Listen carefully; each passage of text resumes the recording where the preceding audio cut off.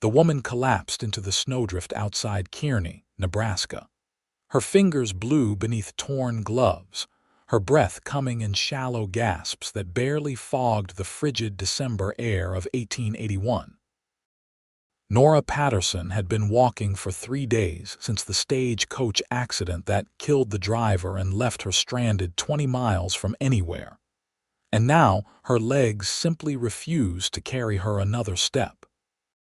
The blizzard had come suddenly, as they always did on the Nebraska plains, transforming what should have been a simple journey from Omaha into a battle for survival she was losing. She tried to stand again, her carpetbag long since abandoned miles back along with her hope, but her limbs felt like lead weights attached to someone else's body. The wind screamed across the open prairie, cutting through her wool traveling dress as though it were made of paper. She could see lights in the distance, the warm glow of Kearney's Main Street perhaps a quarter-mile away, but it might as well have been on the moon. Her vision blurred, and she wondered if this was how it would end, frozen solid before she ever reached her aunt's house, before she could start the new life she had promised herself after fleeing Philadelphia, and the marriage her father had arranged to a man 3 times her age. The snow kept falling, thick and relentless, covering her dark hair with white. She was 22 years old, and she was going to die here in this God-forsaken place where the wind never stopped howling. Then she heard hoofbeats, muffled by the snow but growing closer. Through the white curtain of the blizzard, a dark shape materialized, a horse and rider moving with surprising speed despite the conditions. The rider pulled up short when he saw her, and suddenly strong hands were lifting her, and a deep voice was saying something she could not quite make out through the roaring in her ears. "Got you," the voice said, clearer now. "I got you." She felt herself lifted onto a horse, felt the warmth of another body behind her, arms wrapping around to hold her steady. The horse began to move, and she tried to speak, to thank whoever had found her, but her jaw would not cooperate. "Don't try to talk," the man said, his breath warm against her ear. "We will get you warm. Just hold on." The ride seemed to last both forever and no time at all. She drifted in and out of consciousness, aware only of the steady rhythm of the horse's gait and the solid presence of the man holding her. Then they were inside somewhere, blessedly out of the wind, and she was being lowered onto something soft. "Build up that fire," the man ordered someone. "Get every blanket we have, and heat some water, not too hot." Nora forced her eyes open and found herself looking up at a face that seemed carved from the same rugged landscape that had nearly killed her. The man was perhaps 26 or 27, with dark hair and gray eyes that held genuine concern. He was handsome in a rough-hewn way, with a strong jaw shadowed by several days of beard growth, and when he met her gaze, something shifted in his expression. "You are alive," he said, and she heard relief in his voice. "That is good. That is real good." "Where?" she managed to croak. "My ranch, about 2 miles outside Kearney. I was heading back from checking on my cattle when I saw you. Another 10 minutes and—" He did not finish the sentence. "I am Owen Lawson. You are safe now." She tried to sit up, but he gently pressed her shoulder back down. "Your fingers and toes we need to check for frostbite. This is going to hurt when you start warming up, but it is a good hurt. Means you still have feeling." He was right. As the warmth from the fireplace began to penetrate her frozen clothing, pain shot through her extremities like thousands of needles. She gasped, and Owen was there immediately, his hand finding hers.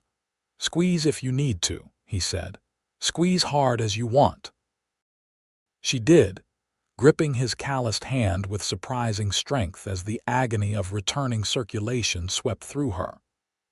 Tears streamed down her face, and she hated herself for the weakness, but Owen just kept holding her hand and talking to her in that low, steady voice. "You are doing fine," he said. "This means you are going to keep all your fingers and toes. I have seen frostbite before, and this is not so bad. You got lucky." "Well, lucky I was out checking on that fence anyway. Never thought I would be grateful for a broken fence post, but here we are." A younger man appeared with blankets and a basin of water. "I got everything, Owen," he said, and Nora realized he was probably only 18 or 19 with the same gray eyes as Owen. "Thanks, Ezra," Owen said. "This is my brother. He helps run the ranch. Ezra this is." He looked at Nora. "I never got your name." "Nora Patterson," she whispered. "Thank you. Thank you for saving my life." "You can thank me by getting warm and staying alive," Owen said with a small smile. "Ezra, go tell Mrs. Chen we have a guest who needs some hot soup and probably some of her ginger tea." "Mrs. Chen?" Nora asked as the younger man hurried off. "Our housekeeper. She and her husband came here from California 5 years ago.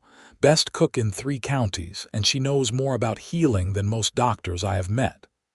He was gently removing her ruined gloves, checking each finger carefully. "These look good. Red and painful, but good. What were you doing out there?" "Stagecoach accident," Nora said, gritting her teeth against the pain. 3 days ago. The driver died. I have been walking since then, trying to reach Kearney.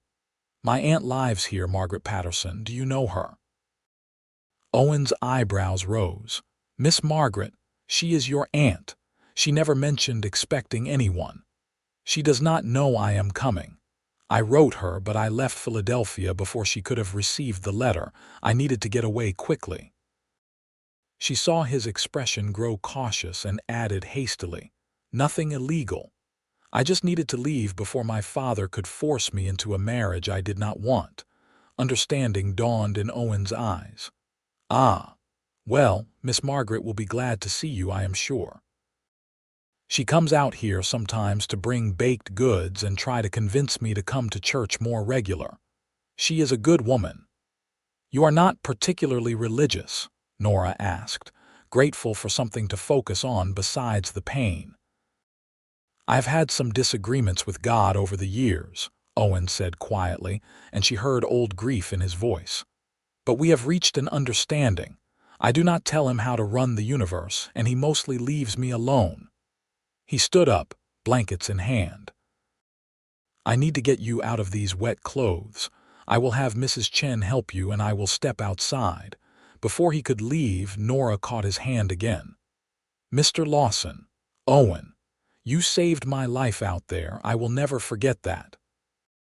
He looked down at their joined hands for a long moment, and when he met her eyes again, there was something warm and fierce in his gaze.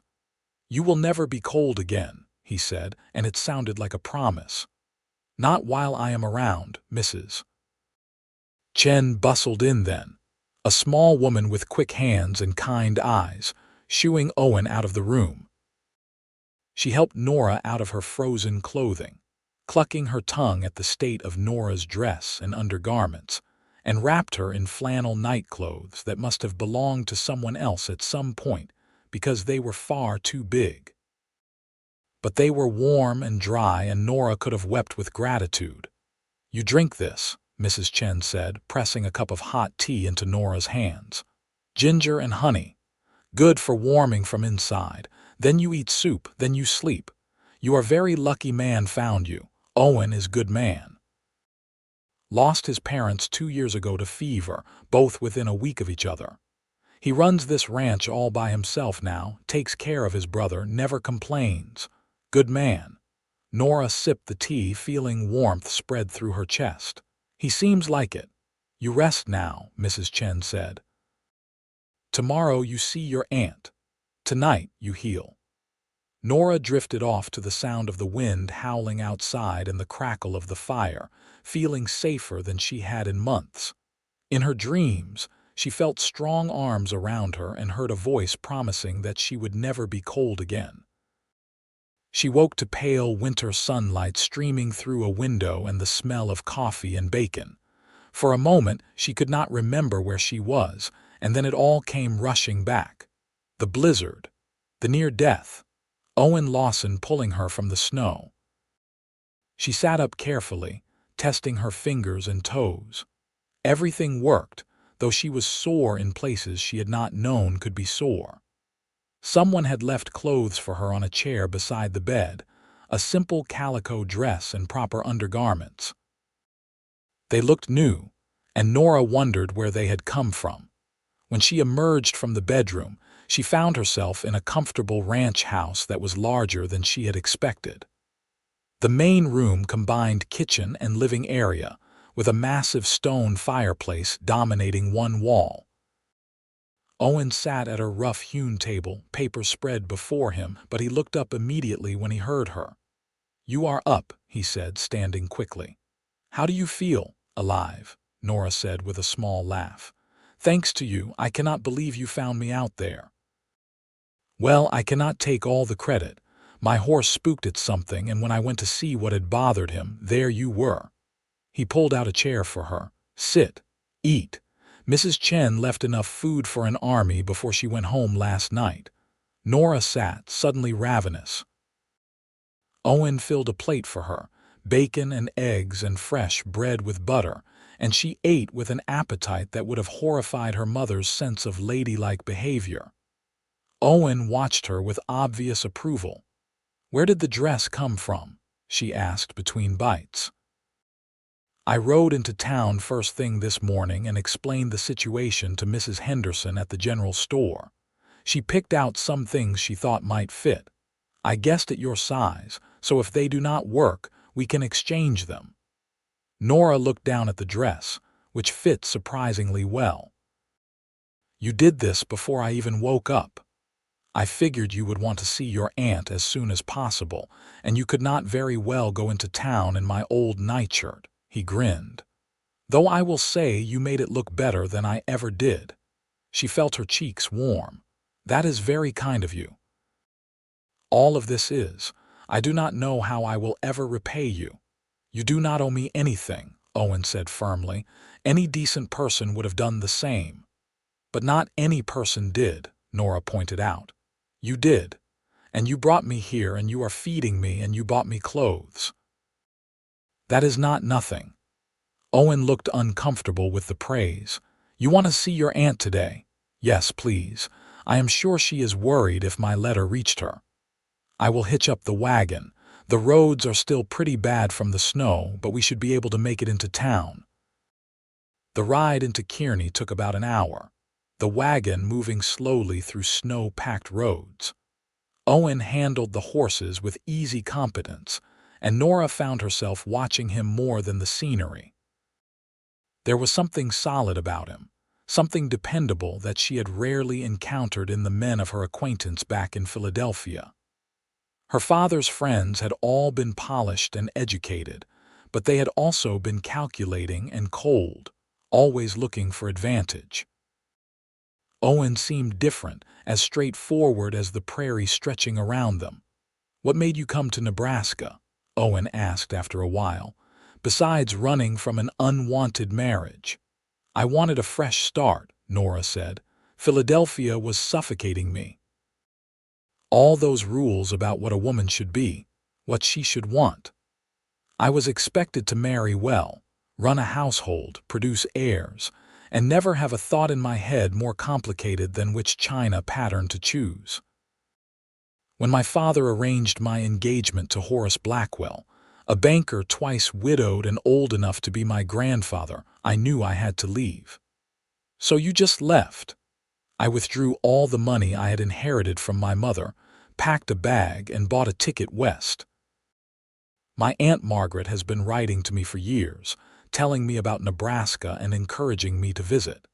She never married, and she always said that was the best decision she ever made.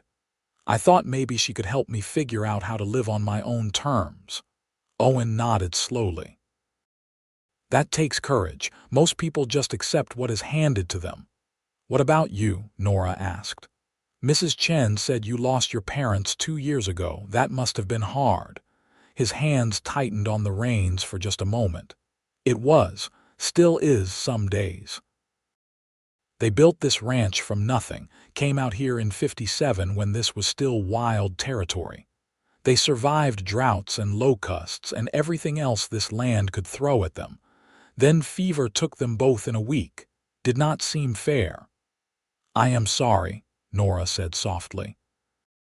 "Life is not fair," Owen said, but there was no bitterness in his voice, just acknowledgement.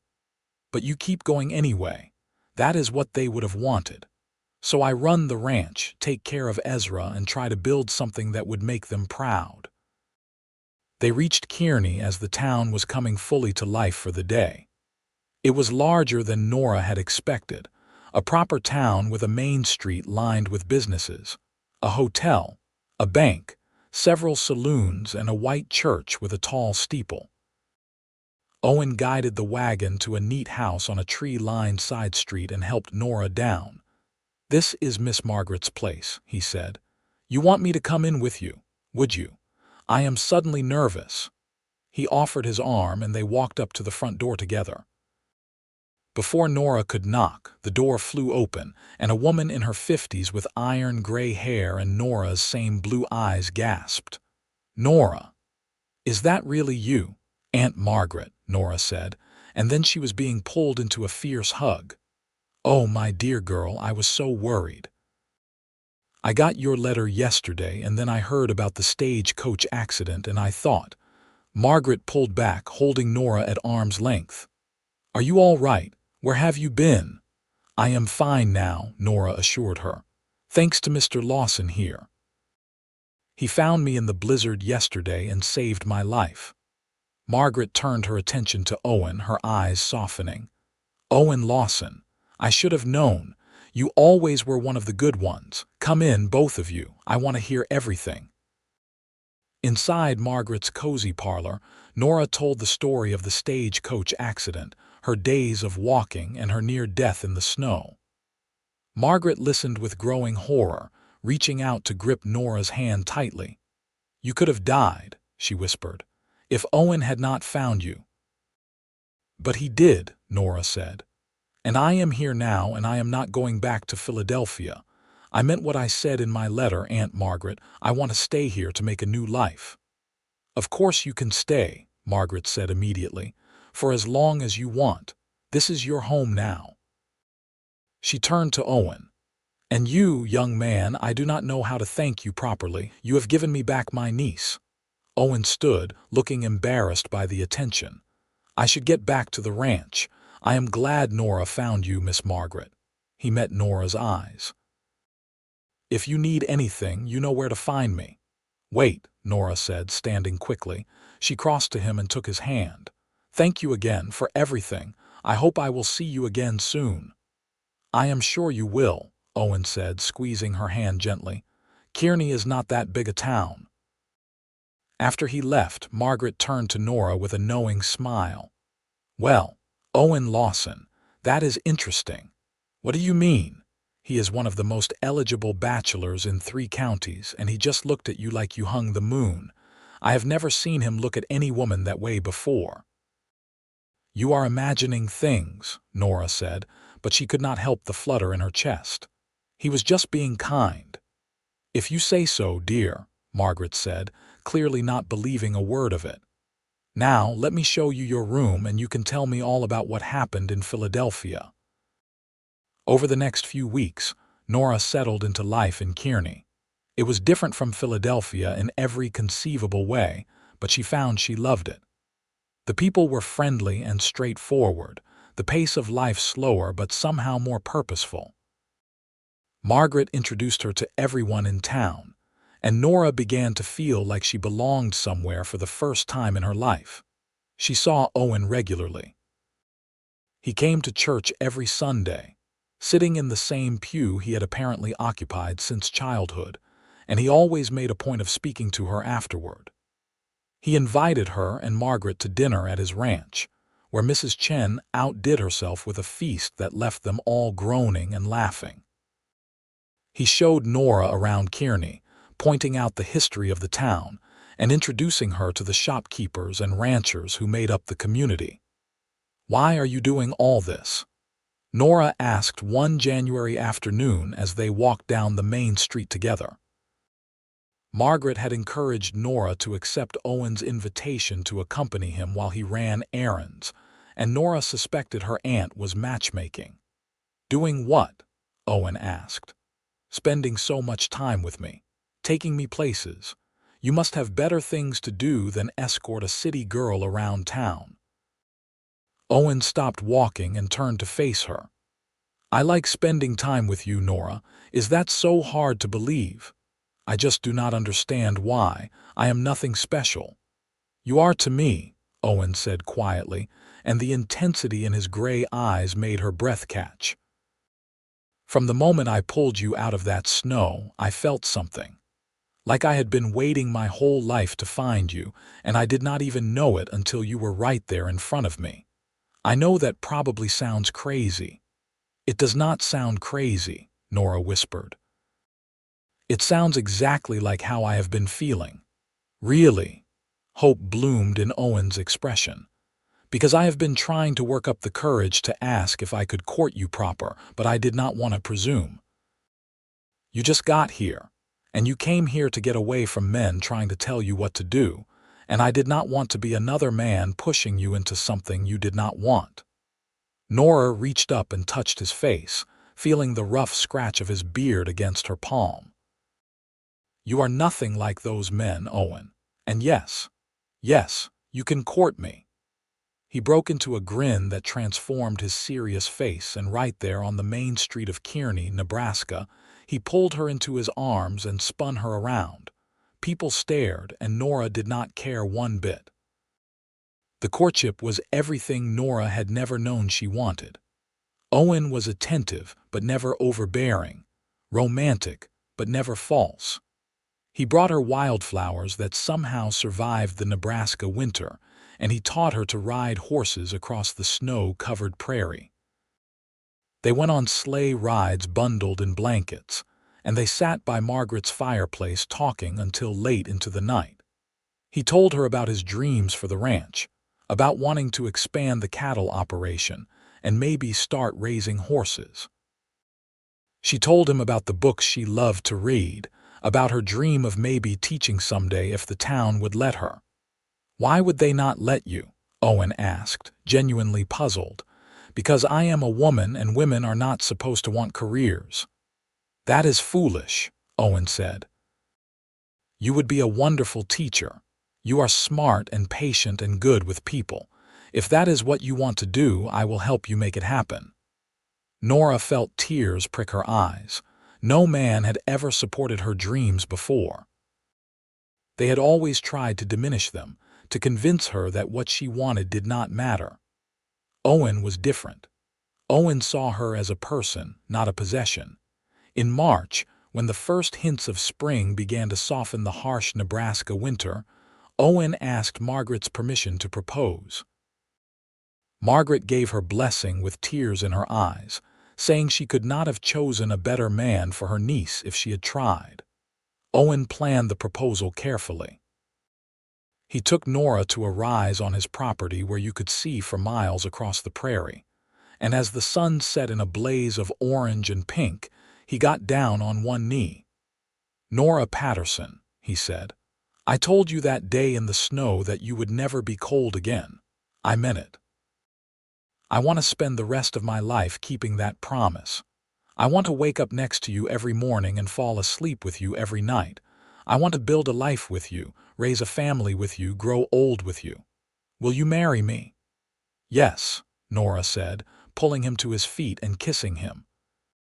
"Yes, yes, yes." They were married in April, in the white church where Owen had sat every Sunday since he was a boy. The whole town turned out for the wedding, and Nora wore a dress of cream-colored silk that Margaret had helped her sew. Owen looked impossibly handsome in a new black suit, and when he said his vows, his voice was steady and sure. "I promise to love you and cherish you, to protect you and support you, to stand beside you through whatever comes. You saved my life as much as I saved yours that day in the snow. You brought warmth back into a world that had gone cold. I will never take that for granted." Nora had to blink back tears as she said her own vows. "I promise to love you with everything I am, to be your partner and your friend, to build a life with you that is true and good. You showed me what love is supposed to be. You taught me that I could be myself and be loved for it. I will treasure that gift every day of my life." The reception was held at Owen's ranch, with tables set up in the barn and food enough to feed the entire county. People danced and laughed and celebrated until well after midnight, and Nora felt a joy so complete it was almost painful. This was what happiness felt like, she realized. This sense of being exactly where you were meant to be, with exactly the person you were meant to be with. That night in the room they would now share, Owen was gentle and patient with her inexperience. He took his time, showing her what married love could be, and when it was over, he held her close and whispered, "I love you, Nora Lawson." "I love you too," she whispered back, and fell asleep in his arms, feeling safer than she had ever felt in her life. The first year of marriage was an adjustment, but a happy one. Nora learned to run a ranch household, working alongside Mrs. Chen to cook and clean and manage the business side of the operation. She discovered she had a knack for bookkeeping, and Owen was grateful to hand over that aspect of the ranch to her capable hands. She also began teaching reading and writing to some of the children of ranch hands and nearby settlers, holding lessons in Margaret's parlor twice a week. Owen continued to work the ranch, often from before dawn until after dark, but he always made time for Nora. They had a ritual of having coffee together every morning before the day began, sitting on the porch and watching the sun rise over the prairie. In the evenings, they would sit by the fire, Owen often mending tack or going over ranch accounts while Nora read aloud from whatever book had caught her interest.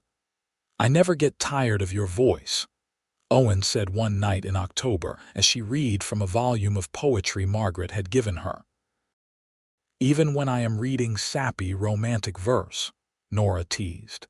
"Especially then," Owen said, pulling her onto his lap, "because you get this look on your face like you are living inside the poem, and it is the most beautiful thing I have ever seen." "You are biased," Nora said, but she was smiling. "Absolutely," Owen agreed, kissing her. "But I am also right." In November, Nora realized her monthly courses had not come. She waited another week to be sure, then went to see Dr. Martin in town. He confirmed what she had already begun to suspect. She was pregnant. She decided to tell Owen that night after dinner. She was nervous, which was silly because they had talked about wanting children, but still her hands trembled as she poured his coffee. "Owen," she said as he sat down, "I have something to tell you." He looked up, immediately alert to the serious tone in her voice. "What is it? Are you all right?" "I am better than all right," Nora said, taking his hand. "We are going to have a baby." For a long moment, Owen just stared at her. Then his face broke into the widest smile she had ever seen, and he stood up so fast his chair fell over backward. He pulled her into his arms, lifting her off her feet and spinning her around just as he had that day on the main street of Kearney, when she had agreed to let him court her. "A baby," he said, wonder in his voice. "We are going to have a baby." "We are," Nora confirmed, laughing. "Are you happy?" "Happy." Owen set her down carefully as though she might break. "Nora, I am happier than I have any right to be. You have given me everything. A home, a purpose, love, and now a child. I do not know what I did to deserve you, but I thank God for you every single day." The pregnancy progressed smoothly through the winter. Owen became almost comically protective, insisting Nora rest more and do less, until she finally had to put her foot down and remind him that women had been having babies since the beginning of time, and she was not made of glass. But his concern came from love, and she could not stay annoyed with him for long. Margaret was thrilled at the prospect of becoming a great aunt, and immediately began knitting tiny blankets and booties. Mrs. Chen prepared special foods to help with the nausea that plagued Nora during the early months. Ezra, now 20 and increasingly capable of running the ranch on his own, teased Owen mercilessly about being an overprotective mother hen. The baby was born on a warm June evening in 1883 with Dr. Martin and Margaret in attendance. The labor was long and difficult, and there were moments when Owen, pacing outside the bedroom door, thought he might lose his mind from worry. But finally, he heard the cry of a newborn, and Margaret opened the door with tears streaming down her face. "You have a son," she said. "A healthy baby boy." Owen rushed into the room to find Nora exhausted but smiling, holding a tiny bundle wrapped in one of Margaret's hand-knit blankets. He approached slowly, almost afraid to breathe, and looked down at his son for the first time. The baby had Nora's dark hair and a red, wrinkled face that Owen thought was the most beautiful thing he had ever seen after Nora herself. Tiny fingers curled and uncurled, and dark eyes that would probably turn gray like Owen's stared up at him with unfocused wonder. "He is perfect," Owen whispered, touching one impossibly small hand.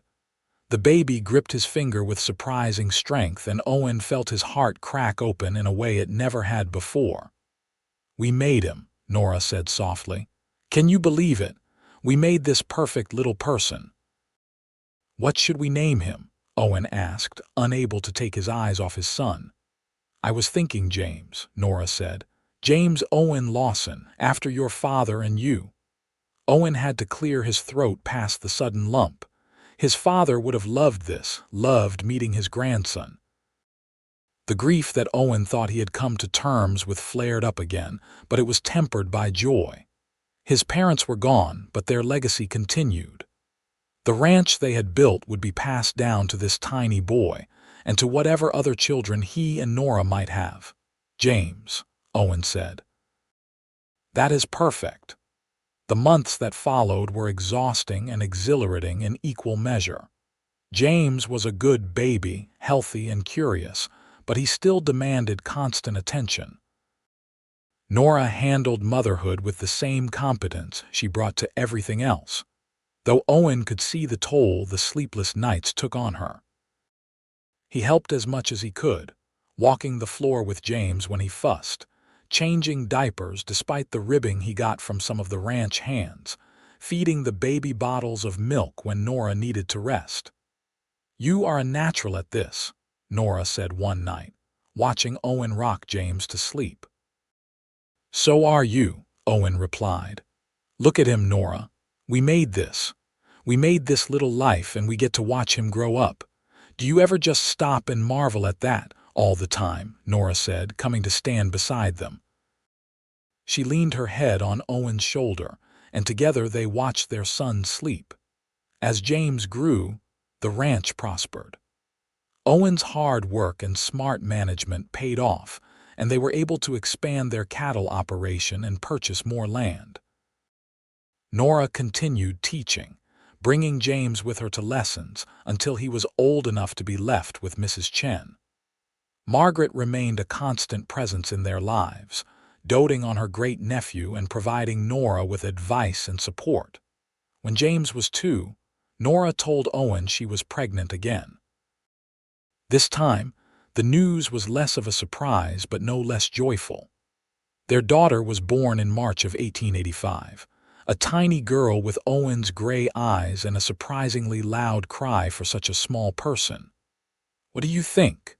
Nora asked, holding the baby while Owen sat on the edge of the bed. "I was thinking we could name her Rose Margaret after your mother and my aunt." "That is beautiful," Owen said, touching his daughter's soft cheek. "Hello, Rose. Welcome to the world." James, now a sturdy toddler, was fascinated by his baby sister. He wanted to help with everything, from feeding to diaper changes, and Owen had to constantly monitor him to make sure his enthusiastic helpfulness did not accidentally hurt the baby. But Rose seemed to thrive under her brother's attention, smiling and cooing whenever he was near. The years passed in a blur of work and love and family. Owen expanded the ranch into horse breeding, a venture that proved even more profitable than the cattle. Nora's teaching grew from informal lessons in Margaret's parlor to a proper schoolhouse that the town built with funds donated by Owen and several other ranchers. She became the official schoolteacher of Kearney, a position she held with pride and dedication. James grew into a serious boy who loved the ranch and everything to do with it. By the time he was 6, he was following Owen around constantly, learning how to rope and ride and care for the animals. Rose was her mother's daughter, bright and curious and always asking questions. She loved books as much as Nora did, and by 4 she was already learning to read. In 1888, Nora told Owen she was pregnant for a 3rd time. This pregnancy was harder than the previous 2, and Dr. Martin insisted she rest more. Owen hired additional help for the household so Nora would not have to strain herself, and he worried constantly despite Dr. Martin's assurances that everything was progressing normally. Their 2nd son was born in January of 1889, a healthy baby they named Thomas after Nora's father. Despite everything, Nora had maintained some contact with her family in Philadelphia through letters, and her father had gradually come to accept her choice and even express pride in the life she had built. The gesture of naming their son after him was Nora's way of acknowledging that reconciliation. "You have a generous heart," Owen told her after Thomas was born. "After everything he put you through, you still found a way to forgive him." "He is my father," Nora said simply, "and he apologized. He said he should have listened to me, should have trusted me to know my own heart." That meant something to me. Besides, forgiveness is not the same as forgetting. I will never forget what drove me here, but I can forgive him because if none of that had happened, I would never have found you. With 3 children and a thriving ranch, life was busy but fulfilling. Owen looked around at everything he and Nora had built together and felt a contentment he had never imagined possible. The grief of losing his parents had not gone away, but it had transformed into something gentler, a bittersweet appreciation for the time he had with them, and gratitude for the values they had instilled in him. Margaret remained healthy and active well into her 60s, splitting her time between her own home and the ranch. She loved spending time with her great-nieces and great-nephew, and they adored their great-aunt Margaret right back. Mrs. Chen eventually retired, though she still came by regularly to visit and share recipes with Nora. On a December evening in 1890, 9 years after Owen had pulled Nora from the snow, they stood together on the porch of their ranch house, watching the sun set over the prairie. James was inside doing his homework, Rose was playing with Thomas, and for a moment everything was quiet.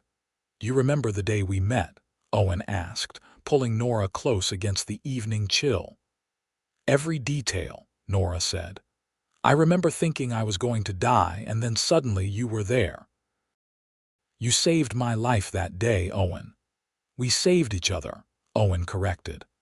"I was just going through the motions before you came along, working the ranch, taking care of Ezra, but not really living. You brought color back into my world. You made me want to build something bigger than just a successful business. You gave me a family, a real home." "You told me I would never be cold again," Nora said softly. "You kept that promise, not just physically, but in every way that matters. You have kept me warm with your love, with the life we have built together. I never knew I could be this happy." Owen turned her to face him, his hands cupping her face. "I love you, Nora Lawson. I have loved you since that first moment, when you looked up at me with those blue eyes and I knew my whole world had just changed. I will love you until my last breath." "I love you too," Nora said, and kissed him as the last light faded from the sky. Inside, they could hear the children laughing, James probably tickling Rose and Thomas while they were supposed to be getting ready for bed. It was the sound of life, of family, of everything they had created together from that one chance meeting in a blizzard. The years continued to pass, each one bringing new challenges and new joys. James grew into a responsible young man who took over more and more of the ranch operations, eventually becoming his father's full partner. Rose pursued her love of learning, eventually going to college in Omaha and becoming a teacher like her mother.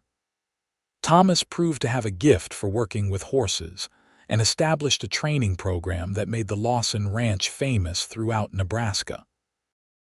Owen and Nora grew old together, their love deepening with every passing year.